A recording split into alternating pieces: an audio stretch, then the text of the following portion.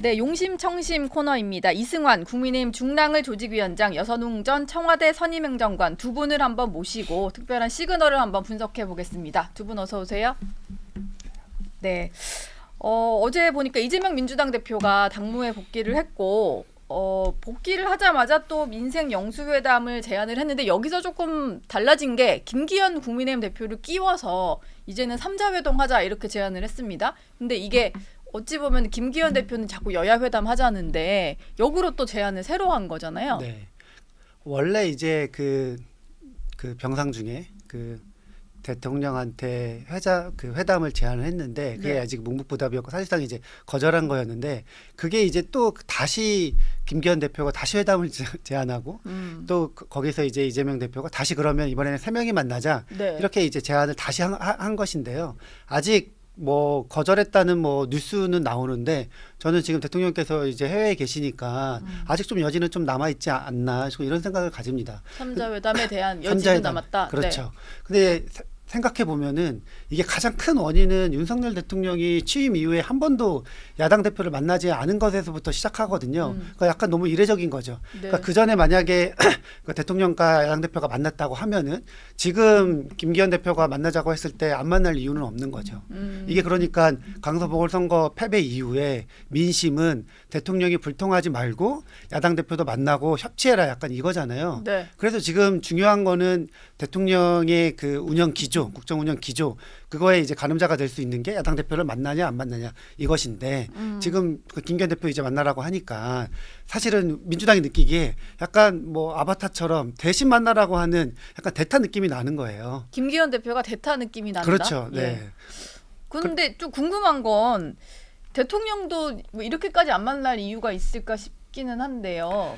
3자 끼우면 어느 정도 좀 여지가 있지 않을까라는 말들도 있거든요. 저는 뭐 삼자나 지도부나 뭐 이거 하기 전에 민주당도 그리고 이재명 대표도 좀 자기 자신 한번 되돌아봐야 돼요. 이재명 대표 경기도지사 때 어떻게 했습니까? 북한 한번 김정은 만나는 것도 아니고 북한 한번 가보려고 예. 이화영 부지사 보내서 실무회담에 쌍방울 보내서 돈 100억 줘. 그리고 그 자기 직인이 찍힌 편지 보내서 진정성을 알려. 그렇게 해서 김정은 만나는 것도 아니고 북한 한번 가보려고 그 애를 썼는데 네. 우리 대통령 만나자고 하는 거는 뭐 맡겨놓은 돈 달라고 하는 것처럼 언제 만날 거냐, 둘이 만나자, 셋이 만나자 이렇게 하는 것 자체가 진정성이 느껴지지 않고요. 네. 그리고 또 하나 대통령과 야당 대표가 만날 기회는 지금까지 몇 번 있었습니다. 근데 이거를 다 민주당이 거부했어요. 우리 그 청심이도 잘 아시잖아요. 작년 5월에 대통령 첫 시정연설 할 때 예. 대통령이 연설 끝나고 여야 지도부 만찬하자 그랬더니 민주당이 우린 거부한다 하고 안 들어갔죠. 그리고 그 다음에 10월 달에 대통령 예산안 연설하고 예산안 연설할 때 그때 민주당은 어떻게 했어요? 그 우리 국회의장실에서 다 같이 만나는 회동에 우리는 들어가지 않겠다. 그리고 대통령 시정연설 보이콧하겠다 하고 그냥 나와버렸어요. 네. 헌정사상 처음 있는 일이에요. 대통령의 예산안 시정연설 자체를 거부하고 야당 의원들이 다 나온 거는 처음 있던 일이고 그리고 지난 5월에 국회의장께서 그 국회 상임의장단하고 대표단 대통령 만찬 한번 뵙자 하니까 대통령께서 내가 국회로 갈게요 하고 굉장히 전향적으로 했는데 민주당이 또 거부했잖아요. 그러니까 그렇게 자연스럽게 만날 수 있는 기회들은 다 거부하고 무시하고 해놓고 또 북한에 쏟은 그 열정의 100분의 1도 쏟지 않으면서 왜 안 만나주냐라고 하는 것 자체가 이거는 자기 기만적이고 예. 여전히 방탄을 위해서 하는 거다. 그리고 지금 만약에 대통령이 그래 오케이 만나자라고 하면 어떻게 되겠어요? 지금 이재명 대표 지금 일주일에 3번 4번 재판 나가야 되는데 영수회담 준비로 재판에 나가지 못하겠다. 영수회담으로 재판 못 나간다. 영수회담 후속 조치 준비로 재판 못 나간다 하면은 그걸 빌미로 들 수 있다 이렇게 보시는 그럼요. 거예요? 저는 그렇게 충분히 이용할 거라고 생각하기 때문에 일단은 앞에 있는 절차들 당대표 회담 먼저 하고 그리고 나서 이제 필요하면은 지도부 회담하고 예. 그리고 필요하면 지도부와 함께 대통령 회담하고 그 다음에 안 되면은 더 필요한 게 있다라고 하면은 우리 둘이 만나서 얘기해 봅시다라고 대통령이 먼저 제안할 수도 있는 거죠. 근데 지금 그 계속 얘기를 했는데 민주당 스스로 뭔가 만날 기회를 좀 차버렸다 이런 얘기도 있고 그리고 저는 가장 궁금한 점이 김기현 대표는 또 왜 이렇게 패싱하려고 하느냐. 사실 뭐 국회에서 여야 대표니까 집권 여당 대표 먼저 만나는 게 맞는 수순인 것 같거든요. 그래서 홍준표 시장이 이런 얘기를 했는데 일단은 김기현 대표나 이재명 대표는 둘 다 헐뜬망상을 하는 것 같다라고 얘기를 하면서 특히 이재명 대표가 김기현 대표를 용산 출장소장으로 본다 이런 표현을 썼어요. 실제로 좀 그런 느낌이 좀 들거든요. 근데 민주당이 느끼기에는 그럴 수밖에 없는 측면이 조금 있잖아요. 그 뭐 강서 보궐선거 공천도 예. 김기현 대표, 김기현 지도부는 하기 싫었는데 용산에서 사면 복권 시켜줘가지고 사실상 공천하고 그러니까 김기현 대표가 할 수 있는 게 뭐가 있을까? 그러니까 이번에도 저는 이번에 확실히 그 뭐 가타부타 말을 못하는 게 이 예. 회담에 대해서 네. 또 3자 역제안한 거에 대해서 말을 못하는 게 대통령이 해외에 있어가지고 잘 연락이 안 되는 것이 아닌가 이렇게 들 정도로 김기현 대표가 스스로 결정할 수 있는 게 별로 없어 보인다 이런 생각이 굉장히 많이 듭니다. 예. 대통령이 갑자기 뭐 2년보다 그 민생이라고 이야기하니까 또 갑자기 이제 막 뭐 민생 뭐 현수막 철거하고 막 약간 이런 것처럼 보이니까 용산이 시키는 대로 하는 것밖에 보이지 않는다. 그리고 이제 뭐 이재명 대표는 만약에 이제 저기 사실은 제가 모두에 말씀드린 것처럼 그러니까 대통령 꼭 만나는 거 중요하지 않습니다. 뭐 일상적인 뭐 현안 같은 경우에는 여야 당 대표끼리 할 수도 있고요. 또 원내대표끼리 할 수 있다고 봅니다. 네. 근데 지금 이제 중요한 거는 그러니까 협치 대통령이 생각이 뭐 인식의 전환이 있냐 없냐 이 기준에서 볼 때 야당 대표를 만나는 게 대통령이 변했다 이렇게 국민이 느낄 수 있기 때문에 네. 그게 가장 중요하지 않을까 이런 생각이 들어요. 예. 지금 보니까 이제 보수 진영 원로인 이석연 전 법제처장도 보면은 이제 보수 매체인 조선일보와 인터뷰를 하면서 지금 자연인 이재명 만나라는 게 아니고 제1야당 대표, 국회 제1당 대표 만나라는 거다라고 좀 분리해서 보라는 조언을 하긴 했어요. 그래서 이렇게까지 끌 일인가 이재명의 죄는 법원이 판단하게 그냥 두고 어쨌든 제1야당 대표 자리를 유지하고 있으면 만나야 되는 거 아니냐? 이런 목소리는 좀 있거든요. 용심이가 보시기에 좀 어떻게 좀 바뀌어야 된다고 보세요? 대통령의 입장이? 그러니까 김기현 대표 만나서 조정하고 오시면 됩니다. 우리가 단계를 거쳐라. 같이 만나면 되죠. 우리가 축구 선수들이 이제 경기 시작하기 전에 갑자기 선수들이 악수하잖아요. 근데 갑자기 상대 선수가 야 나 너랑 악수 안 해. 야 구단주 나오라 그래.라고 얘기하면 이게 경기가 되겠습니까? 선수끼리도 만나야 된다. 네, 선수끼리 먼저 만나서 얘기해야 되는 거고 그리고 우리 뭐 홍준표 시장이나 그 정청래 최고 뭐 김기현 대표 향해서 바지 사장이다 뭐 이런 정말 극단의 얘기를 하는데요. 이렇게 하면은 이거 만나지 말자는 겁니다. 더 극단은 대통령과 그리고 예. 한동훈 법무장관이 계속 이제 가지고 있는 생각, 이재명은 피의자다, 이재명 범죄자다, 뭐 이런 생각이 더 극단적인 생각이죠. 피의자는 맞지. 네, 피의자는 그러니까 맞죠. 당 대표가 기소가 피의자라서 됐으니까. 못 만난다. 네. 약간 이런 생각이 더 잘못된 거죠. 뭐 근데- 피의자라는 생각이나 뭐 약간 바지 아직도- 사장이라는 표현도 좀 과하긴 하니까. 네, 아직도 검사인 것 같아요. 검사가 피의자 못 만난다고 생각하는 그 생각 있잖아요. 그 마인드. 예. 그 마인드가 대통령이 되시고 난 데에도 계속 있으니까 나는 못 만나 약간 이런 거잖아요. 근데 저는 이번에는 조금 달라질 거라고 봐요. 이번에 뭐 대통령실 관계자 나오는 뭐 멘트들 보니까 예. 3자 회담으로 충분히 만날 수 있지 않을까 약간 이런 좀 기대를 조금 하는데 전혀 그런 분위기는 없나요? 전혀 그런 분위기는 없나요? 아니 일단 당 대표 네. 김기현 대표 만나고 오시라고요. 아. 근데 저는 이게 자꾸 민주당에서 뭐 바지 사장이다 그리고 대통령이 당을 장악해서 바로 대통령을 만나는 게 중요하다라고 얘기하는데요. 대통령이 당을 완벽하게 장악한 사례가 있습니다. 그게 언제냐면 2020년도예요. 2020년도에 그때 문재인 대통령의 국무총리 하던 이낙연 총리가 당으로 와가지고 당 대표를 합니다. 네. 당 장악했습니다. 그리고 그 직전 당 대표였던 추미애 대표를 법무부 장관에 앉힙니다. 그리고 그 직전 국회의장, 국가의장 서열 2위였던 정세균 의장을 국무총리에 앉힙니다. 이게 당을 장악하고 국회를 장악한 대표적인 사례예요. 이게 지금 자신의 당 대표도 국회의장도 자기 국무총리였던 사람을 당 대표로 보내면서 당과 국회를 완전히 수화처럼 부린 게 문재인 대통령 때 사례예요. 근데 지금 우리는 어떻습니까? 당은 당대로, 용산은 용산대로, 그리고 총리는 총리대로 완벽하게 분리되고 그리고 또 그런 가운데서 소통을 강화하고 협조하겠다 하고 돌아가고 있는데 민주당만 혼자 바지 사장이다. 여기 실권이 없어서 못 만나겠다 하는 거는 조롱하는 거고 만날 그게 생각이 이제 없는 거예요. 이재명 대표가 대통령 만나자고 하는 거는 그 윤석열 대통령이 당을 장악하고 있거나 뭐 그런 거에서 만나자는 게 아니라 예. 그러니까 대통령이니까 국민의 절반이 지지하고 있는 민주당 그 민주당 당대표 만나는 게 되게 자연스러운 건데 그걸 계속 안 하고 있으니까 이제 이게 꼭 여기서 자존심 싸움하지 말고 국민과 싸우지 말고 예. 그 국민이 인정하는 국민의 절반이 인정하는 민주당 대표 만나라 약간 이거거든요. 근데 돌이켜 보면 문재인 대통령도 국민의 절반까지는 아니어도 어쨌든 30-40% 지지를 했던 홍준표 대표 1대1로는 안 만났던 것 같은데. 뭐 3자 회담으로 만나기도 하고요. 그때 상당히 다자회담으로만 만났던 기억이 나서 그렇죠. 네. 대통령이 되면 좀 그런 생각인 것인지. 네. 예. 그러게요. 근데 뭐 어쨌든 이번에 이제 뭐 대표가 단둘이 만나자고 한 건 아니고 셋이 만나자고 한 거니까 네. 뭐 민주당도 한번 어쨌든 이제 양보한 거죠.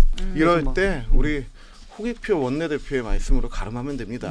뭔가요? 영수회담은 예. 과거 제왕적 총재 시절에나 하던 거고 대통령이 당 총재를 역임하던 시절에나 하는 거고 지금은 그런 시대가 아니다라고 문재인 대통령 시절에 그때 대변인으로서 얘기를 한 거 아닙니까? 그때도 뭐였냐면은 또 약간 사정이 조금 있는데 예. 그 문재인 대통령이 이제 여야 대표들 다 같이 만나자고 하니까 아마 한교안 대표가 따로 둘이 만나자 이런 거예요. 네. 그러니까 역제하는 거예요. 셋이 만나자고 했는데 만나겠다고 했는데 둘이 만나자고 하니까 그때 이제 왜 꼭 둘을 고집하냐 뭐 이런 취지에서 이제 홍익표 대변인이 당시 대변인이 그런 이야기 한 겁니다. 그러니까 그러니까 왜 지금 예. 꼭 둘을 고집하냐고. 아니 지금 둘 고집 안 하죠. 지금 이제 셋이 만나자고 하니까. 셋을. 아니 이제 그 전에도 네. 여야 회담은 했잖아요. 여야 대표 회담은 했잖아요. 그거 한번 하자는데 당 대표 취임하고 단 한 번도 하지 않은 게 이게 더 우스운 거죠. 왜냐면은 네.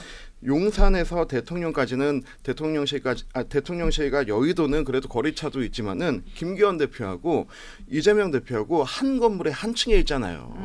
그냥 만나면 될 일이지. 예. 그걸 왜 그렇게 근데 난안 사실은 만나, 안 만나. 주제 없이 아젠다 없이 만나는 건 의미 없다고 봐요. 여야 대표끼리 그렇게 그렇죠. 이제 민생 예. 민생 협치 회담하자라고 했으면은 뭔가 주제가 있긴 있어요. 그렇죠. 그거는 그렇죠. 근데 이제 지난번에도 그 김기현 대표가 그 형식과 뭐 격식에 구애받지 않고 네. 이재명 대표를 만나겠다고 했거든요. 근데 그게 깨졌어요. 그게 왜 깨졌냐 보면 자세히 생각해 보면은 그때 뭐 라디오 뭐 TV 토론 한다 만다 뭐 이런 것 때문에 이제 결국 하고 흐지부지 됐거든요. 네. 근데 결국에는 김기현 대표가 조건을 못 받아들인 거예요. 자기는 무조건 조건 없이 만나겠다고 했는데 민주당에서 조건을 건 실제로는? 거였죠. 뭐 예컨대 뭐 뭔지는 모르겠지만. 예. 근데 그 조건이 깨졌으니까 먼저 만나자고 한 측에서 이제 그 나중에 보면 결과적으로 깨진 거는 김기현 대표가 조건을 거절한 거죠. 이번에도 형식과 구애 없이 만나겠다고 했는데 형식과 구애 없이 대통령이랑 같이 만나는 게 형식과 구애 없는 건데요. 어떻게 보면은. 근데 그거 이제 뭐 안 만나겠다고 근데 하는 거니까. 대통령까지 끼면 사실 더 의제 조율이라든지 형식이나 장소라던가 뭐 이런 게 더 복잡해지는 거잖아요. 근데 김기현 대표는 그거 구애 없이 만나겠다고 하니까. 형식과 구애 없이 만나겠다고 예, 하니까. 일단은 뭐 이제 회담에 대해서는 여야 생각이 너무 다른 것 같고 일단 어제 이재명 대표가 복귀를 했으니까 이 얘기를 좀 짚어보도록 하겠습니다. 어제 그 복귀해서 했던 이제 워딩 중에 보면 국정 주도권을 좀 잡으려는 모습인데 일단 당내적으로는 뭐 포용 메시지를 내긴 했는데 뭐 내각 총사퇴하라 이렇게 좀 센 얘기를 하면서 이게 지금 민생을 앞세워가지고 오히려 대정부 투쟁은 강화하는 그런 분위기였거든요. 용심이가 보시기에 이재명 대표가 35일 만에 낸 메시지인데 어떻게 좀 평가를 하셨습니까? 저 어제 미용실도 다녀오시고 한 예. 번은 지팡이 들었다 안 들었다 왔다 갔다 미용실 하시고. 다녀오신 머리였어요? 예, 예. 근데 염색은 안 하셨더라고요. 네. 그리고 나서 이제 첫 번째 이제 하는 얘기가 국가 안보가 위험하고 경제가 위기다. 이런 절체절명의 상황이다. 이런 절체절명의 상황에 1야당 대표가 자기 방탄 때문에 단식을 합니까? 거기에서부터 저는 그 진정성이 느껴지지 않고요. 그러면서 이제 뭐 협치하겠다라고 하면서 내각 총사퇴하고 예산 다시 뜯어보겠다라고 하는데 그러고 나서 내각 사퇴는 뒤에 좀 말이 바뀌었죠. 뭐 필요한 부분만 하겠다고 하면서 예. 여론을 본 것 같은데 네. 예산 지금 뜯어보겠다고 하는데 아니 국회의원이 지금 정기국회 시작하고 3분의 1 지났는데 한 번도 국회회의에 나오지도 않고 국감도 나오지도 않아놓고 지금 본회의는 한 번 나갔죠. 그렇게 해놓고 지금 와서 예산 다시 뜯어보겠다라고 하면은 이거는 협박입니다.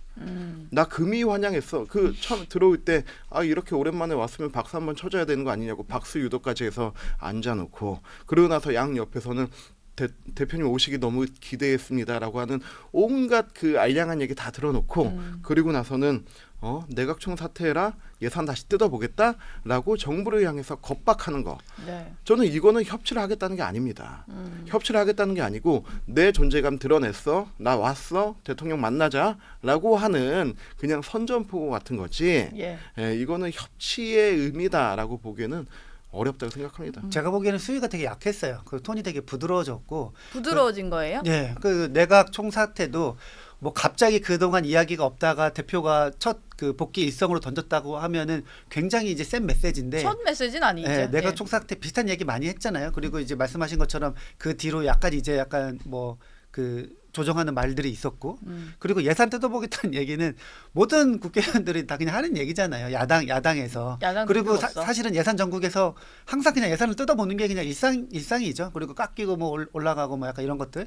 그래서 이제 톤 자체는 굉장히 약간 조금 제가 느끼기에는 조금 부드러워졌다. 저는 오히려 이렇게 느꼈어요. 그리고 그 아까 다시 돌아가자면은 이제 회담 같은 경우에도 네. 저는 이제 뭐 아예 안 받을 줄 알았는데 어쨌든 김기현 대표까지 같이 보자고 한 걸로 이제 메시지가 나갔으니까 그것도 약간 조금 뭐 조금 이해안된 게 아닌가 예. 뭐 이런 생각이 듭니다. 일단 또 그리고 비명계에 대해서도 메시지를 냈는데 가결파 징계에 대해서 왈가왈부하지 말라 이런 네. 말을 했어요.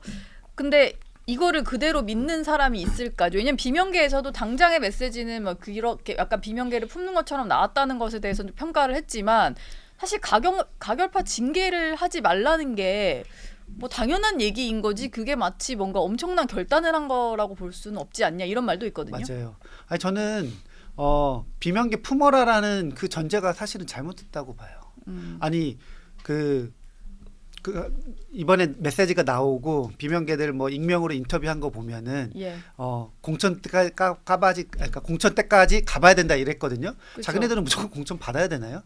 저는 민주당 국회의원들 모두 가장 최고의 통합은 자기네들 다 공천 받는 게 최고의 통합이겠죠. 그래서 저는 무조건 통합을 외치면 오히려 그 국민의힘 혁신 경쟁에서 우리가 뒤처져서 네. 총선에서 질 수 있다 이렇게 생각을 합니다. 그래서 그러면은 친명 가릴 것 없이 네. 공천에서 걸러낼 사람은 걸러내야 되고 뭐 그렇죠. 이런 방향을 말씀하시는 그렇죠. 거죠. 그러니까 이게 지금 통합을 이야기를 세게 하면은 친명도 비명도 모두 살리겠다는 이야기잖아요. 그걸 현역들이 좋아하는 이야기죠. 예. 그래서 저는 오히려 대표나 친명이나 뭐 이런 측에서 친명은 없다 선언하고 깔끔하게 이 뭐 그 체포동의안 문제는 깔끔하게 정리하고 이제 다음 장면 이 다음 장면에서는 친명이든 비명이든 무조건 경쟁에서 공정한 경쟁을 통해서 뭐 실력이 그러니까 질 수 있다. 네. 공천 못 받을 수 있다. 이걸 강하게 던져야 된다고 봅니다. 결국에는 혁신 공천을 해야 된다고 보는 거죠. 근데 지금 이재명 대표가 이런 메시지 낸 거에 대해서 지지층 사이에서는 또 불만도 있고 징계를 해야지 왜 그냥 넘어가냐 이런 말도 있고 그리고 실제로 이재명 대표가 이대로 넘어갈 사람인지에 대해서 약간 의문도 있는 것 같고요. 오랜만에 첫 등장인데 멋있는 척만 하고 가면 됩니다. 왈가왈부 할 필요 없습니다.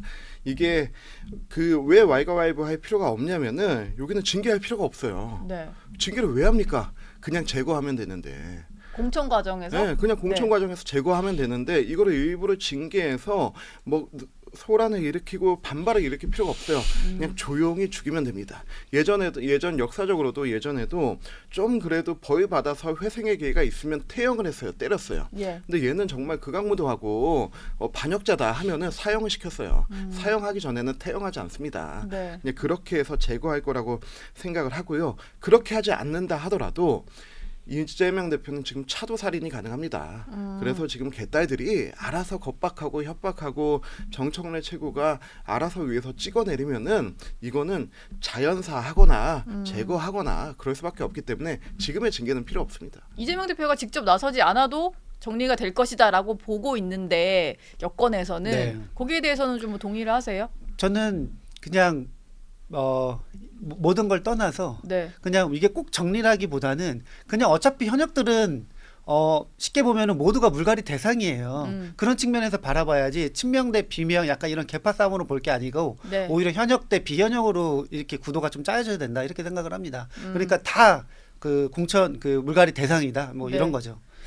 지금 그 국민의힘 같은 경우는 혁신위원회가 출범을 앞두고 있습니다. 어제 인요한 혁신위원장이 일단 그 임명이 됐고 혁신위원들이 좀 꾸려져야지 본격적인 활동을 시작할 텐데 아까 뭐 청심이도 민주당에서 보는 시각을 좀 얘기를 했는데 일단 쇄신 경쟁에서 민주당도 약간의 좀 인요한 인선에 있어서는 약간의 뭐 우려라든지 저기서 먼저 시작했구나 이런 위기감은 좀 분명히 있는 것 같아요. 어떻게 좀 평가를 하세요? 인요한 위원장에 대해서.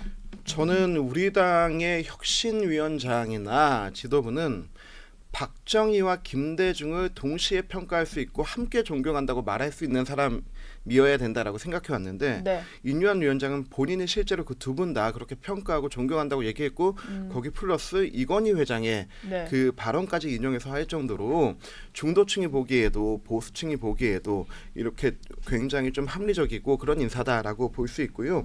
그리고 인유한 위원장 같은 경우는 몇 가지의 상징 자본을 가지고 있습니다.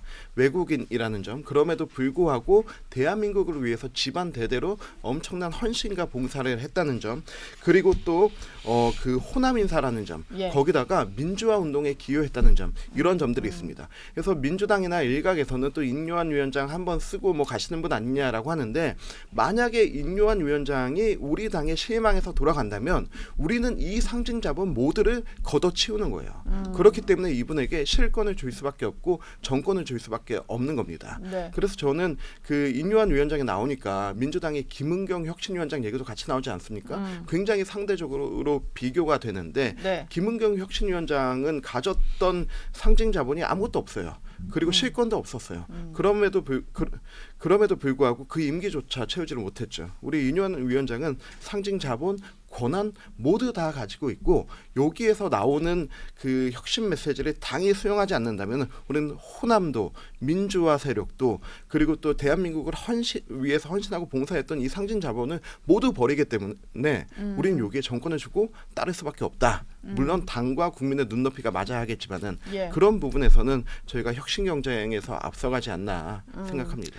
인요한 위원장 사실은 뭐 서사가 너무 좋아요. 네. 그러니까 집안 내력 그리고 본인. 예. 근데 그제 너무 그러니까 캐릭터는 너무 좋은데 이게 혁신위원장 적임자냐? 지금 칼질을 해야 되는데 칼질할 수 있을까?